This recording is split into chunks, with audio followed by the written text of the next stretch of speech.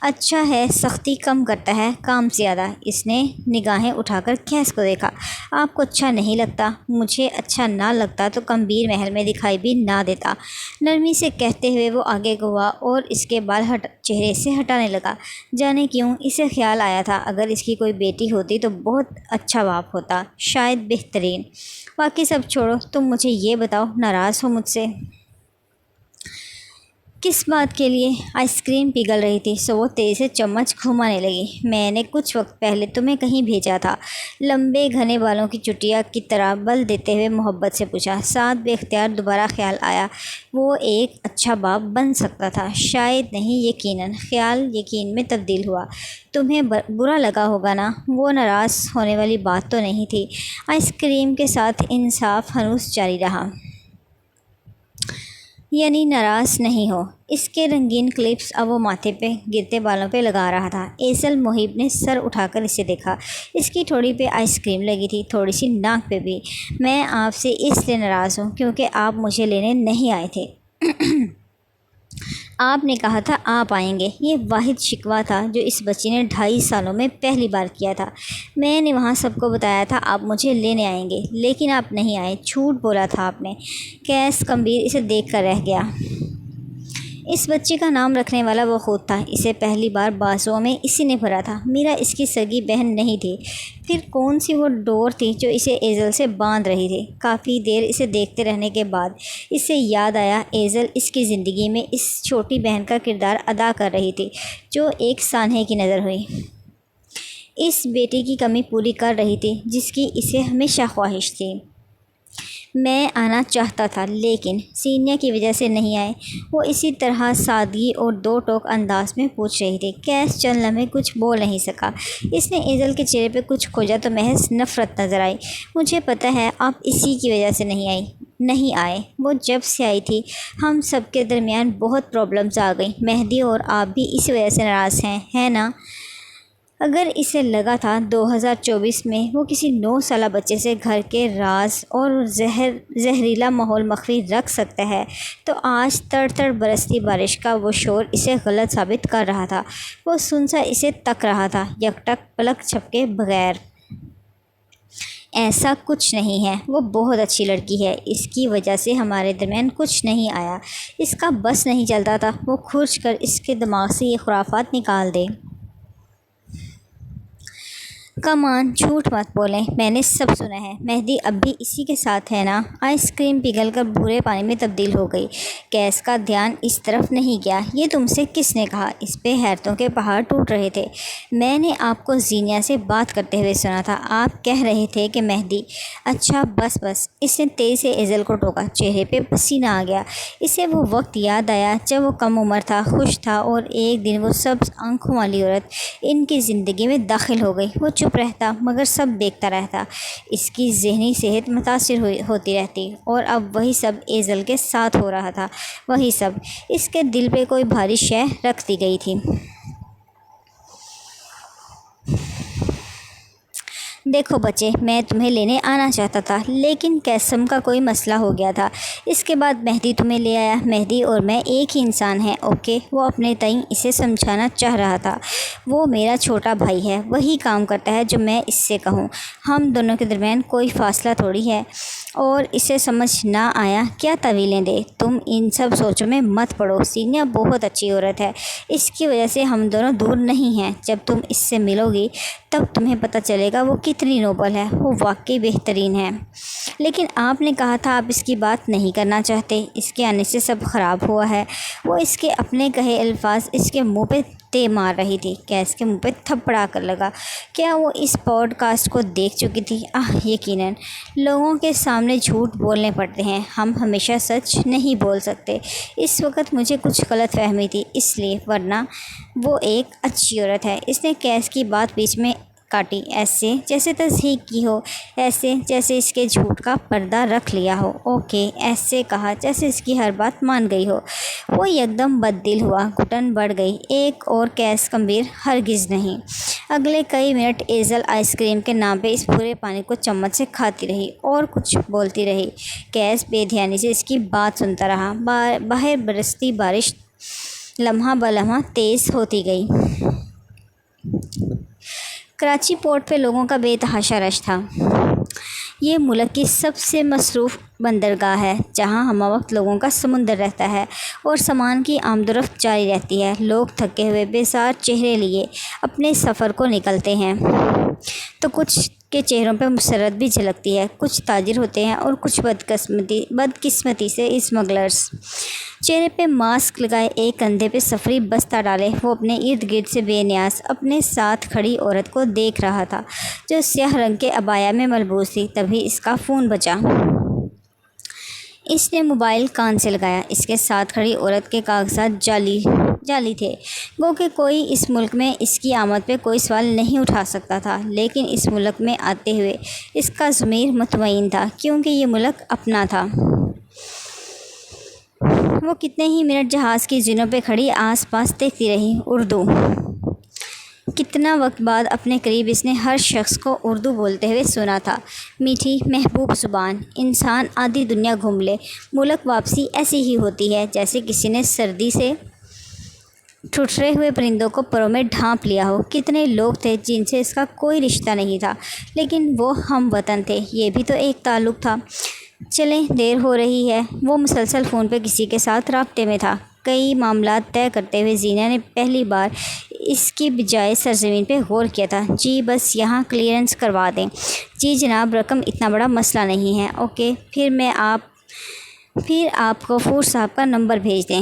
میری عورت ساتھ ہے، کہیں کوئی مسئلہ نہ ہو بس۔ فون پہ کہتے ہوئے اس نے زینہ کے ہاتھ سے وہ چھوٹا سا بیگ بھی لے لیا، ساتھ اسے آگے چلنے کا اشارہ کیا۔ وہ وہیں جمی کھڑی رہی۔ مہدی نے کال ختم کر کے اسے دیکھا۔ چلیں، دیر ہو رہی ہے۔ 2.5 سال پہلے وہ رات کے اندھیرے میں چوروں کی طرح یہاں لائی گئی تھی۔ آج 2.5 سال بعد وہ دن کی روشنی میں اپنے شوہر کے ساتھ تھی۔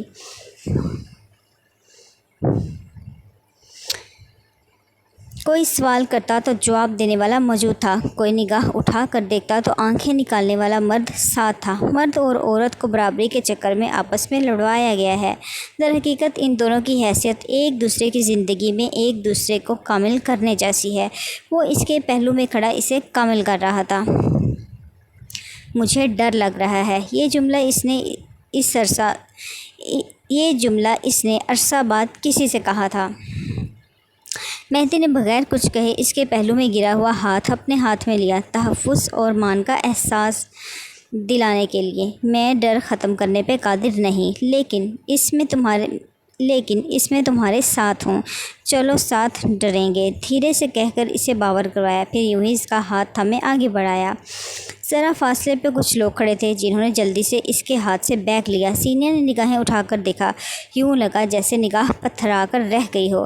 مہدی کمبیر کے ہاتھ سے بستہ لینے والے کون تھے اسے نہیں پتہ تھا، مگر جو اس کے سامنے کھڑا اسے خوش آمدید کہہ رہا تھا وہ حاکم نواب تھا۔ مہدی ان سے کچھ کہہ رہا تھا، یہ کوئی روایتی سسر اور داماد نہیں تھے، یہاں تک کہ ان دونوں میں سے کسی نے مسافے کے لیے ہاتھ نہیں بڑھایا تھا۔ ہاں، مگر اس کے ساتھ کھڑے اس کے شوہر نے اس کا ہاتھ چھوڑا بھی نہیں تھا۔ وہ دونوں کیا کہہ رہے تھے وہ نہیں سن رہی تھی، اس کی نگاہیں تو بس اپنے باپ پہ جمی تھیں۔ یہاں سے کچھ گھنٹوں کا فاصلہ ہے، گاڑی سے جلد ہی پہنچ جائیں گے، اس نے حاکم کو کہتے ہوئے سنا۔ آنسو بے اختیار اس کی آنکھوں سے بہہ نکلے۔ اس سے لگا تھا وہ اپنے باپ سے محبت کرنا چھوڑ چکی ہے، مگر وہ بوڑھا مرد آج بھی اس کی پہلی محبت تھا۔ اسے یقین تھا اس آواز کو سنتے، اس آدمی کو دیکھتے ہی اس کے حوصلے ختم ہو جائیں گے، نفرت کی دیوار گر جائے گی۔ حاکم نے ایک نظر زینہ کو دیکھا، ان کے چہرے کے کسی بھی تاثر کو پڑھنے سے وہ ناکام رہی۔ مجھے پہلے آپ سے یقین دہانی چاہیے، وہاں جا کر ہمارے لیے کوئی مسائل تو نہیں ہوں گے؟ گاڑی کی طرف جاتے ہوئے وہ سنجیدگی سے پوچھ رہا تھا۔ میرے ہوتے ہوئے کسی کی یہ جرت نہیں، تم بے فکر رہو، حاکم نے کہا۔ آپ کے ہوتے ہوئے مجھے میرے گھر سے نکال کر دوسرے ملک بھیجا گیا، آپ بھول گئے ہیں؟ وہ تڑپ کر بولی۔ اب کے حاکم نے دوسری بار اسے دیکھا، وہ اس کا چہرہ نہیں دیکھ سکتے تھے، شاید اچھا ہی تھا، کہاں آنکھیں ملائی جاتی۔ کئی لمحے وہ چپ چاپ اسے دیکھتے رہے، بغیر کچھ کہے، خاموشی سے، ایسے جیسے اس کی موجودگی محسوس کرنا چاہ رہے ہوں۔ کئی لمحے بعد آگے بڑھ کر اس کے سر پہ ہاتھ رکھا، چند لمحے تھپکتے رہے، پھر ہاتھ ہٹا لیا۔ کتنے وقت بعد سر پہ آسمان آیا تھا۔ گھر چلتے ہیں۔ برسوں کے فاصلے تھے، یوں لمحے بھر میں ختم ہونا ناممکنات میں سے تھا، مگر اس کے اندر کی بیٹی چاہتی تھی وہ باپ کے گلے لگ کر دیکھے، وہ جو سرد گرم دیکھ کر آئی تھی اب ایک محفوظ آغوش دیکھے، لیکن وہ بغیر کچھ کہے گاڑی کی طرف بڑھ گئے۔ زینہ کو غصہ بھی آیا، ہتک بھی محسوس ہوئی اور دور کہیں محرومی بھی چوکے لگانے لگی۔ اس شخص سے وہ آج تک موو آن نہیں کر سکی تھی۔ بے بسی تھی۔ آپ کا دماغ پوری طرح خراب ہو چکا ہے۔ میں جتنی کوشش کرتی ہوں آپ محفوظ رہیں، آپ اتنا ہی سانپوں کے بل میں ہاتھ دینے لگتے ہیں۔ باپ سے نہیں نمٹ سکی تو اس کی طرف مڑ کر وہ تیز لہجے میں کہہ رہی تھی، آپ کو میری کوئی بات سمجھ کیوں نہیں آتی؟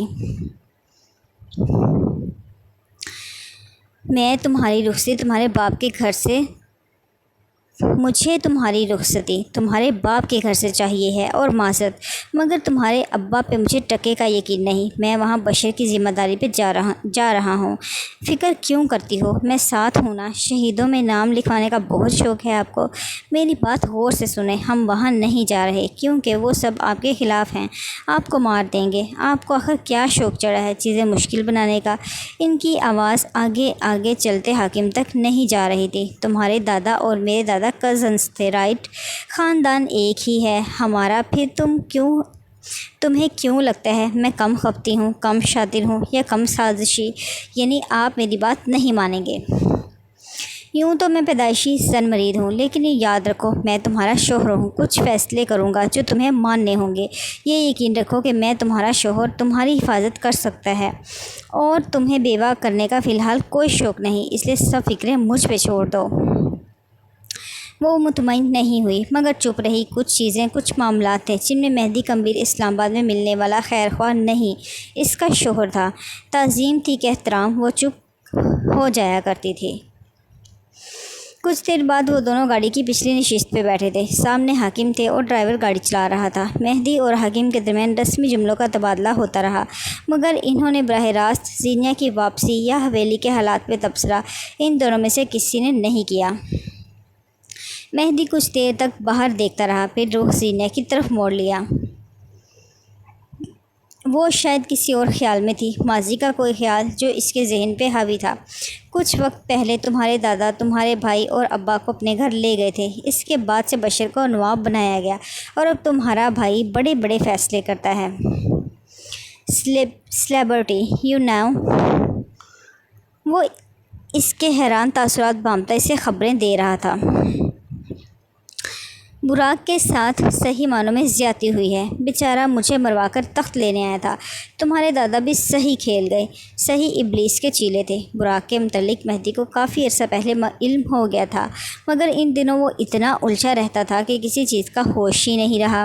زینہ کو یہ سارا قصہ اس نے ڈھاکہ میں قیام کے وقت سنایا تھا۔ وہ جتنا حیران ہوتی اتنا کم تھا، لیکن حیرانی کی بات یہ تھی کہ وہ حیران نہیں ہوئی تھی۔ تمہیں عجیب نہیں لگ رہا؟ براق تمہارا کزن نکل آیا، تمہارا فرسٹ کزن۔ ہاں حیران شاید ہوں، لیکن اتنی کوئی بڑی بات نہیں۔ ظفر چچا کی ایک بیوی دبئی میں رہتی ہے۔ بالاج کے ابا نے بھی دوسری شادی کی تھی۔ میرے ابا کو موقع نہیں مل سکا، اور حاتم چچا کے بارے میں اتنا معلوم تھا کہ ان کی ایک بیوی اور بیٹا ہے، اس لیے زیادہ حیران نہیں ہوں۔ لیکن کیا وہ جانتا تھا میں کون ہوں؟ پہلے دن سے جانتا ہوگا، میں اس سے ملتا نہیں، اس لیے نہیں پتا۔ مہدی نے کہا، لیکن میں ملوں گی، وہ فیصلہ کرتے ہوئے بولی۔ مہدی نے اس کا رخ اپنی جانب کیا۔ سرکار، بندے کی غیرت جاگ جانے کا خدشہ ہے۔ گاڑی کا ایک جھٹکا انہیں حال میں لے آیا۔ مہدی اب اس سے کچھ نہیں کہہ رہا تھا، وہ بس راستہ دیکھ رہا تھا جہاں بڑے بڑے گڑھے تھے، آس پاس کچے مکان تھے۔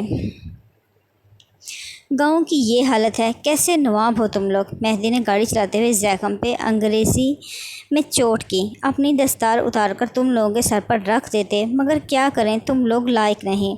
موقع دے کر دیکھو، ثبوت مل جائے گا کون کس چیز کے لائق ہے۔ ہمت اور جرأت ہے تو آؤ چھین کر دکھاؤ۔ تم کس بات پہ اکڑ رہے ہو؟ تم تو نواب بھی نہیں، میرا سالہ تو ہے نا۔ وہ تمہارا سالہ بعد میں، تم اس کے سالے پہلے ہو۔ میں نہیں مانتا۔ زیغم نے ناک سے مکھی اڑائی۔ تمہارے ماننے کی پرواہ کسے ہے؟ میرے 3 بار ماننے سے میرے سالے کی بہن کے وارے نیارے ہو جائیں گے۔ Shut up. ان دونوں کی تکرار حاکم نواب کی موجودگی کے باعث انگریزی میں ہوئی تھی۔ زینیا کی آنکھیں پنڈولم کی طرح گھومتی رہیں۔ ان دونوں میں دشمنی نما دوستی کب ہوئی؟ اور ابا اتنی دیر سے خاموش کیوں تھے؟ دونوں میں سے کسی کو جھڑکا کیوں نہیں؟ ابا اتنے شریف کب ہوئے؟ وہ ان گتھیوں میں الجھی رہ جاتی، مگر صد شکر کہ حویلی کا دروازہ آ گیا۔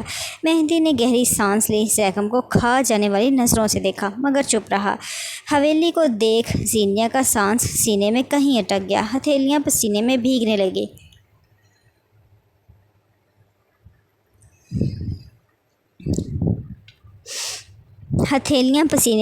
لگی۔ وہ سانس روکے نگاہیں اٹھائے حویلی کو تک رہی تھی۔ اس کے جسم اور روح پہ آج بھی وہ داغ تھے جو اس حویلی والوں کے دیے ہوئے تھے۔ کیا وہ کبھی بھی انہیں معاف کر پائے گی؟ چلو اب ذرا میں اپنے سالوں سے نمٹ لوں۔ زینیا کے پاس سرگوشی کرتے وہ گاڑی سے باہر نکل آیا۔ آس پاس لوگ ٹھہر کر انہیں دیکھنے لگے۔ گارڈز کے منہ حیرت سے کھلے تھے۔ دربان اپنی آنکھوں کو مسل کر کھولنا چاہتا تھا۔ مہدی کمبیر جس کے لیے گاڑی کا دروازہ کھولے کھڑا تھا، وہ یقیناً نوابوں کی بڑی بیٹی تھی، لیکن وہ یہاں کیوں، کب، کیسے؟ جنگ عظیم سوئم شروع ہونے کا وقت ہوا چاہتا ہے۔ حویلی کے قصوں کو ماضی میں دفنا کر ان تمام یادوں کو ایک بری یاد سمجھتے کسی سوانح عمری کی کتاب کے پنے کی طرح پلٹ کر وقت کی ساعتوں پہ مٹھی بھر ریت ڈال کر کہانی میں آگے بڑھاؤ تو شہر خاموشاں پہ رات اتر آئی تھی۔ بارشوں کی وجہ سے آج کل فضاؤں میں خنکی رہنے لگی تھی۔ موسم خاصا سرد ہو گیا تھا۔ کمبیر محل کے ڈائننگ ہال میں چمچ اور کانٹوں کے آپس میں ٹکرانے کی آوازیں آ رہی تھی۔ میز پہ ڈھیر سارے لوازمات رکھے تھے جن کی خوشبو ہال میں پھیلی ہوئی تھی۔ سربراہی کرسی پہ کیس براجمان تھا۔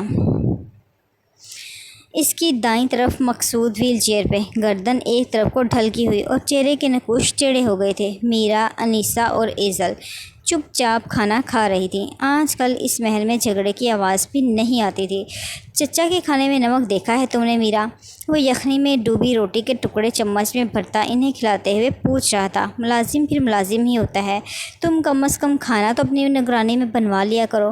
سارا دن کیا کرتی ہو؟ وہ بغیر کسی کراہیت کے ان کے چہرے سے گرا ہوا کھانا رومال سے صاف کرتا اور اگلا نوالا اسی توجہ سے انہیں کھلانے لگتا۔ کیا آدمی تھا وہ! میرے بھی 1000 کام ہوتے ہیں، بچوں کی ماں ہوں، تمہیں لگتا ہے گھر کے ان کاموں کے لیے میرے پاس وقت ہے؟ وہ رکھائی سے بولی۔ عورتیں ملٹی ٹاسکنگ ہوتی ہیں۔ پھر اپنے لیے وہی لے آؤ۔ وہ اسی بے رخی سے بولی۔ کیس لب بھنچ کر رہ گیا۔ اسے واضح نظر آ رہا تھا میرا آج کل بری طرح الجھی ہوئی رہنے لگی ہے۔ محب اور اس کی طلاق ہو گئی تھی۔ 2 بچوں کے ساتھ ایک پہاڑ جیسی زندگی گزارنا، شاید یہی چیز اسے متنفر کیے ہوئے تھی۔ اوپر سے ایزل کی ہٹ دھرمی دن بدن بڑھتی جا رہی تھی۔ شاید میرا اپنی طلاق پہ پچھتا رہی تھی۔ کیس میرا سے نگاہیں ہٹا کر ایک بار پھر مقصود کی طرف متوجہ ہو چکا تھا۔ دماغ کئی جگہ الجھا ہوا تھا۔ یوں ہی بے اختیار اس سے کوئی احساس ہوا، جس کے تحت اس نے نگاہیں اٹھا کر ڈائننگ ہال کے دروازے کی طرف دیکھا جہاں کوئی آہٹ ہوئی۔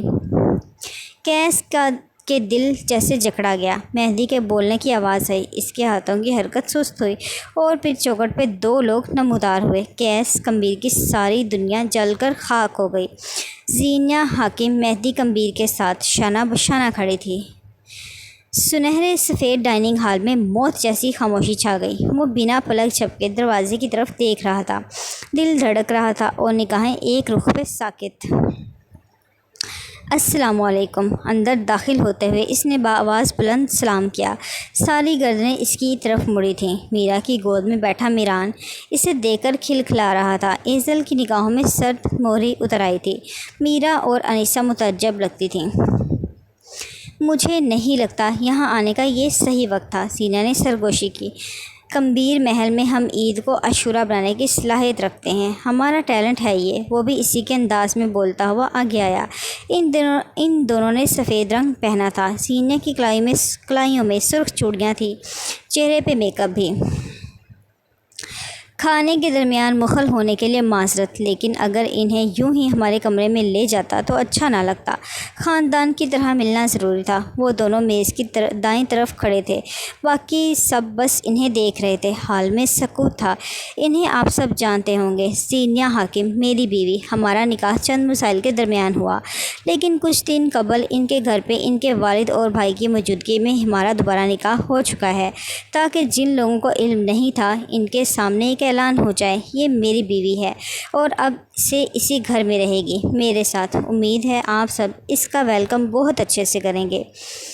اس نے ایک بار بھی کیس کی طرف نہیں دیکھا تھا اور کیس نے ایک لمحے کے لیے بھی زینیہ کے علاوہ کسی کو نہیں دیکھا تھا۔ پہلو میں جو دھڑک رہا تھا وہی جل بھی رہا تھا۔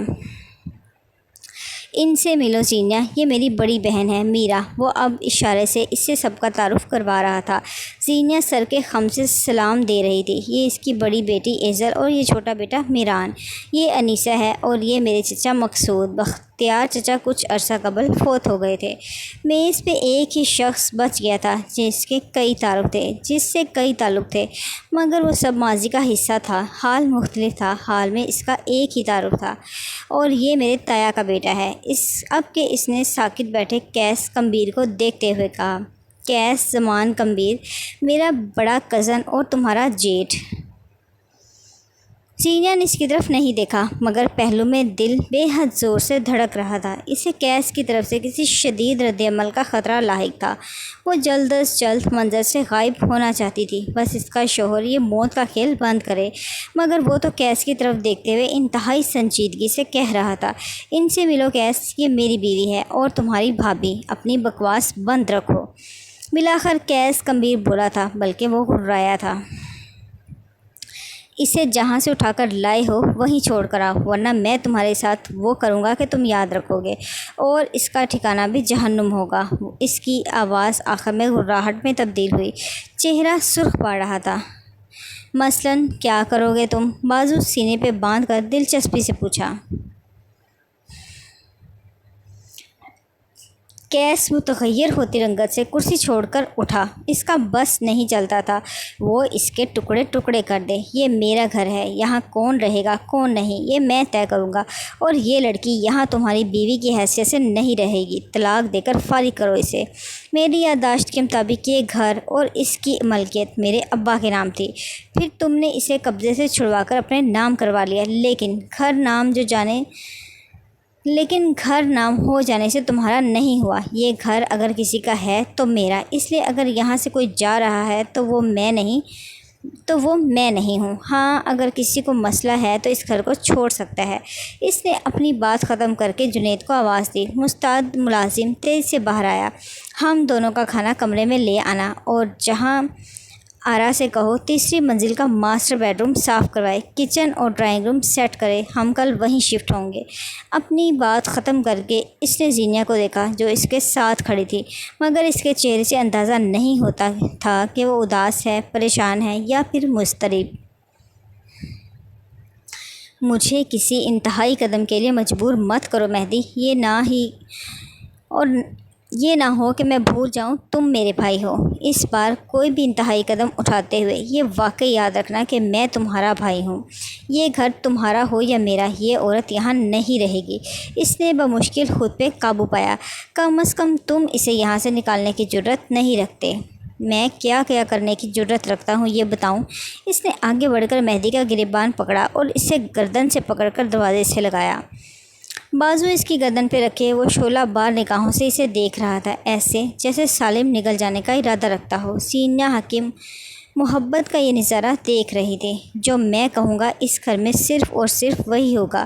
تم یہ فیصلہ نہیں کر سکتے کہ اس کے باقی کے الفاظ اس کے منہ میں رہ گئے جب پستول کی نال اس کی گردن سے ٹکرائی۔ ڈائننگ ہال لمحوں کے اندر میدان جنگ میں تبدیل ہو گیا۔ کیس کمبیر اپنی جگہ ساکن رہ گیا۔ اس نے بچپن سے لے کر اب تک کئی بار مہدی پہ ہاتھ اٹھایا تھا اور وہ ہر دفعہ دھمکی دیتا اور خاموش رہ جاتا، مگر آج اس نے اپنے بھائی پہ پستول تانی تھی وہ دوبارہ پیدا ہو کر آ جاتا تب بھی اتنا ہی بے یقین رہتا جتنا اس وقت تھا۔ مہدی کمبیر پہ اس کی گرفت ڈھیلی پڑی۔ وہ پیچھے ہوا، پستول کا لوہا اب اس کی گردن سے ٹکرایا۔ مہدی اب بھی سرد مہری اور لا تعلقی بھری ٹھنڈک لیے اسے تک رہا تھا۔ کیس جیسے سانس لینا بھول گیا ہو۔ میں نے تمہیں کئی دفعہ سمجھایا ہے مجھ پہ دوبارہ ہاتھ مت اٹھانا۔ تم ہر بار حد پار کر دیتے ہو، تمہیں نہیں کرنی چاہیے۔ میں خود پہ برداشت کر لیتا تھا، غلط کرتا تھا، لیکن میری بیوی پہ بات کرو گے تو میں برداشت نہیں کروں گا۔ اپنی حد میں رہنا سیکھو۔ وہ اب تک بے سانس تھا، اس کے چہرے سے ہر رنگ غائب تھا۔ اس نے پستول نہیں چلائی تھی، مگر کیس کو لگا وہ قتل ہو چکا۔ ریت کی مانند ہر تعلق اس کے ہاتھ سے نکل گیا، شامل اس میں مہدی بھی تھا۔ اس کی آنکھیں پترا گئیں۔ اس کے گھر آنے والی عورت نہیں، میڈوسا تھی۔ اس نے سب پتھر کر دیا، کیس کا دل بھی۔ میں تمہارا بھائی ہوں، تم میرے ساتھ یہ رویہ رکھو گے؟ کیس کی آواز اس کی اپنی نہیں لگتی تھی۔ میں بھی تمہارا بھائی تھا، تم نے مجھے لگنے والی گولیوں پہ کھیل ترتیب دیا۔ میری تکلیف سے واقف ہوتے ہوئے تم نے کتنا عرصہ میری کوئی خبر نہیں رکھی۔ میری بیوی پہ مقدمے درج کروائے، جس نے مجھے قتل کرنے کی سازش کی۔ تم نے اس کے ساتھ کاروبار جوڑا۔ جب تم نے میری پرواہ نہیں کی تو اب میں کیوں کروں؟ وہ ماضی تھا، حال میں کچھ مختلف ہوگا، مجھے تو نظر نہیں آ رہا۔ اس کا اشارہ اپنی گردن کی طرف تھا۔ پستول کیس کی گردن سے ہٹ چکی تھی، مگر وہ ہنوز بے یقین تھا۔ تم کبھی نہیں بدل سکتے، لیکن میں بدل گیا ہوں، کیونکہ تمہارے ہاتھوں مزید ذلیل ہونے کا کوئی شوق نہیں مجھے۔ وہ چڑھتی سی نگاہ اس پہ ڈال کر مڑا، زینیا کی طرف دیکھا جو دروازے سے لگ کر کھڑی تھی۔ وہ اس سارے وقت میں بس خاموش رہی تھی۔ تم اس کے ساتھ نہیں جاؤ گی زینیا؟ اس نے لہجہ بلند رکھنے کی سعی کی، مگر یہ اس سے ہوا نہیں۔ تم نے سوچا بھی کیسے؟ یہاں آ کر تم نے کتنی غلطی کی ہے؟ میں تمہارے ساتھ کیا کیا کر سکتا ہوں، اس کا تمہیں کوئی اندازہ بھی ہے؟ وہ سفید پڑتے چہرے کے ساتھ پھٹی ہوئی آواز میں کہہ رہا تھا۔ اس وقت وہ اس سلطان کی مانند تھا جس کی رعایا اس کے خلاف تھی۔ وہ پلکیں جھپکائے سادگی سے اسے دیکھتی رہی۔ تمہیں نہ جانے کیوں خوش فہمی ہے کہ میرے پاس اتنا وقت ہے جس میں تمہارے بارے میں سوچوں، تمہاری باتوں پہ عمل کروں اور تم سے خوف کھاؤں۔ میری طرف سے اجازت ہے، چاہو دنیا ادھر سے ادھر کر دو۔ اس کی آنکھوں میں آنکھیں ڈال کر کہتی وہ آگے بڑھ گئی۔ مہدی بھی وہاں نہیں رکا۔ کیس نے ان دونوں کو ایک ساتھ اس کے اپنے کمبیر محل میں قدم اٹھاتے ہوئے دیکھا، اور وہ بس دیکھ ہی سکا۔ حال سے زینے اور زینوں سے کمرے کے دروازے بند ہونے تک وہ چوکھٹ پہ کھڑا رہا، اور اس کے سامنے کسی اور کے ساتھ گئی تھی۔ کیا وہ کبھی بھی اس تکلیف سے نکل سکتا تھا؟ نہیں، کبھی بھی نہیں۔ چلیں جی، اب تک کے لیے اتنا ہی۔ اپنا خیال رکھیے گا، دعاؤں میں یاد رکھیے گا، اور پلیز میرے چینل کو سبسکرائب کرتے جائیے گا۔ اللہ حافظ۔